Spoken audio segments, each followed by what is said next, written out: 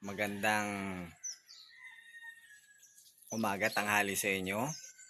At gusto ko po sa inyo i-share yung simpleng paraan ng kaligtasan sabi sa Bible, no? Salita ng Diyos.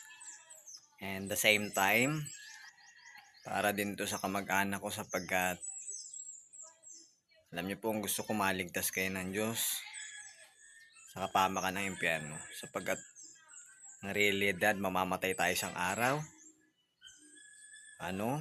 At nakita ko na yan. At sa pamilya ko po ay marami na namamatay.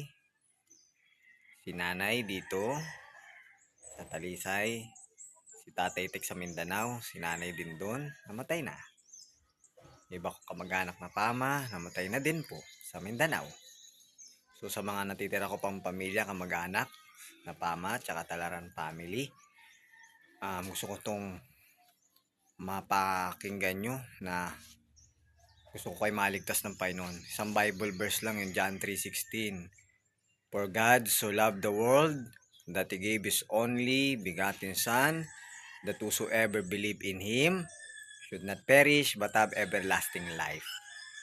Mga kamag-anak ko, may Diyos na nagmamahal sa atin at ipinadala yung Savior, si Jesus, no? Sabi ng Bible.